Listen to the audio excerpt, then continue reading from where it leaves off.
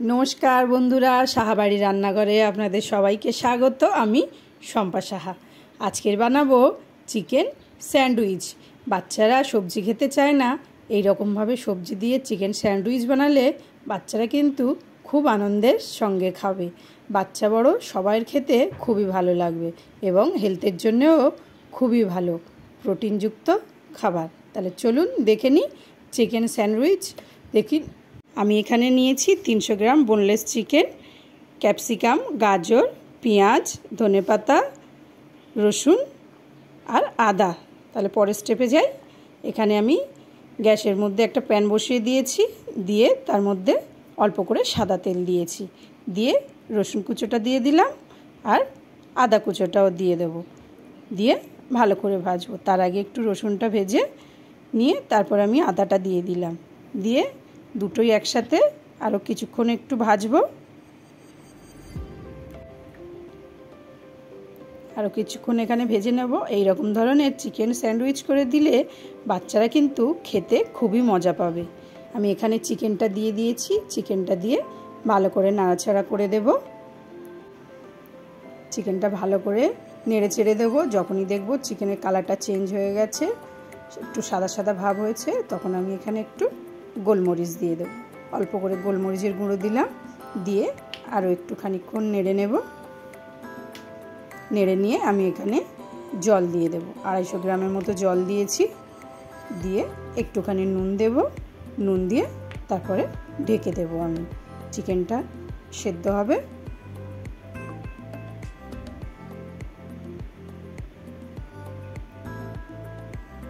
চিকেনটা ঢেকে দিয়েছিলাম, দেখুন আবার চিকেনটা খুলে নিয়েছি। ঢাকনাটা খুলে নিলে দেখুন চিকেনের কালারটা পুরো একদম চেঞ্জ হয়ে গেছে এবং চিকেনটা সেদ্ধ হয়ে গেছে। আমি এবারে একটা ঝাঁঝরি হাতার সাহায্যে তুলে নিলাম চিকেনটা। চিকেন স্টকটা কিন্তু তুলব না। এই চিকেন স্টকের মধ্যে চিকেনগুলো আমি এখানে ঠান্ডা হতে দেব। দিয়ে ওই চিকেন স্টকের মধ্যে দিয়ে দিলাম গাজর আর ক্যাপসিকাম, দিয়ে আমি সেদ্ধ করে নেব। এটা কিন্তু খুবই ভিটামিন, হেলথের জন্য খুবই ভালো। আমি এই চিকেনের স্টকটা ফেলবো না, গাজর ক্যাপসিকাম ভাজবো না। এই চিকেন স্টকটার মধ্যে দিয়ে কিন্তু আমি গাজর আর ক্যাপসিকামটা ভালো করে সেদ্ধ করে নেব। পুরো স্টকটাকে পুরো একদম শুকিয়ে দেব গাজর আর ক্যাপসিকামের সাথে। দেখুন শুকিয়ে গেছে। তারপর আমি দিয়ে দিলাম এখানে কটা কাঁচা লঙ্কা কুচো আর পেঁয়াজটা। আমি এখানে কাঁচা লঙ্কা কুচোটা একটু বেশি দিয়েছি, বড়রা খাবো বলে। বাচ্চারা খাবে তখন একটু আপনারা চাইলে কম দিতে পারেন। নুনও দিলাম খুব সামান্য, পেঁয়াজটা যাতে মজে যায় তার জন্য নুন দিয়ে আরও একটু ভালো করে নাড়িয়ে নেব। দেখুন হয়ে গেছে, একদম পুরো জলটা শুকিয়ে গেছে। এবার আমি নামিয়ে ফেলেছি। এখানে চিকেনটা হাত দিয়ে এইভাবে ঝুরঝুরু করে নেব। আপনারা কাঁটা চামচ দিয়েও করে নিতে পারেন, আমি এখানে হাত দিয়ে করে নিলাম। লঙ্কাটা আমি একটু পরিমাণে বেশি দিয়েছি, আপনারা একটু কম দেবেন যদি বাচ্চা ঝাল না খায়, তার জন্য একদম কম দিতে পারেন। দেখুন এখানে করে নিয়েছি, হাত দিয়ে একদম ঝুরঝুরু করে নিয়েছি চিকেনগুলো, সেদ্ধ চিকেনটা। তারপরে আমি গাজর আর ক্যাপসিকামটা নামিয়ে নিয়েছি, পেঁয়াজ টিয়াজ যেগুলো ভেজেছিলাম একটা বাটিতে নামিয়ে নিয়ে চিকেনগুলো দিয়ে দিলাম। তারপরে মেয়োনিজ দিলাম, দিয়ে একটু গোলমরিচ দিলাম, দিয়ে ধনেপাতাও দিলাম। আর আমি আগে থেকে 2টো শুকনো লঙ্কা ভেজে রেখেছিলাম, চিলি ফ্লেক্সের মতো গুঁড়ো করে নিয়েছি।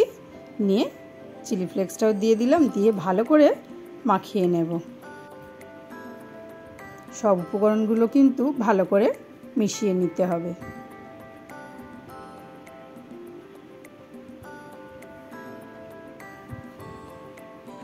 দেখুন মাখানো হয়ে গেছে। আমি এখানে ব্রেড নিয়েছি, এই ব্রেডের এই সাইডগুলো কিন্তু আপনারা চাইলে ফেলে দিতে পারেন, আমি এখানে ফেলবো না। এইগুলোর মধ্যে এবারে চিকেনের পুরটা দিয়ে দেব। চিকেনের পুরটা ভালো করে এইভাবে ব্রেডের মধ্যে লাগিয়ে দেব। দেখুন লাগানো হয়ে গেছে। তারপরে আমি এই রুটিটা এইভাবে দিয়ে একটু হাত দিয়ে চেপে চেপে দেব যাতে খুলে না যায়। আমি এইভাবে সবগুলো করে নেব। এই দেখুন এইভাবে আমি করে নিয়েছি। হাত দিয়ে একটু চেপে দেবেন, না তো কিন্তু খুলে যাবে। তারপরে গ্যাসের মধ্যে একটা প্যান বসিয়েছি, তার মধ্যে অল্প সাদা তেল দিলাম। আমি এখানে সাদা তেল ব্যবহার করেছি, আপনারা চাইলে বাটার ব্যবহার করতে পারেন। তেলটা গরম হয়ে গেছে, এখানে আমি দিয়ে দিলাম ব্রেডগুলো। দিয়ে ভালো করে এদিক ওদিক উল্টে ভেজে নেব। ওদিকটা লাল হয়ে গেছে, আস্তে করে উল্টে দিলাম। দেখুন লাল হয়ে গেছে। আবার ওই পিঠটাও লাল লাল করে ভেজে তারপরে আমি তুলে ফেলবো। হয়ে যাবে চিকেন স্যান্ডউইচ। এই দেখুন হয়ে গেছে, দেখতে কত সুন্দর হয়েছে, খেতে কিন্তু খুবই সুন্দর হয়েছে। আবার একটু সাদা তেল দিয়েছি, দিয়ে আর একটা ব্রেড দিয়ে দিয়েছি। এইভাবে আমি কিন্তু সবগুলো ভেজে নেব।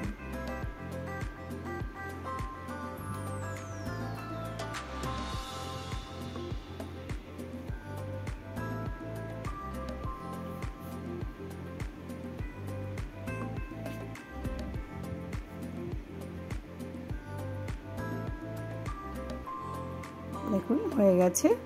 এক এক করে আমি এখানে 5টা স্যান্ডউইচ বানিয়ে নিয়েছি।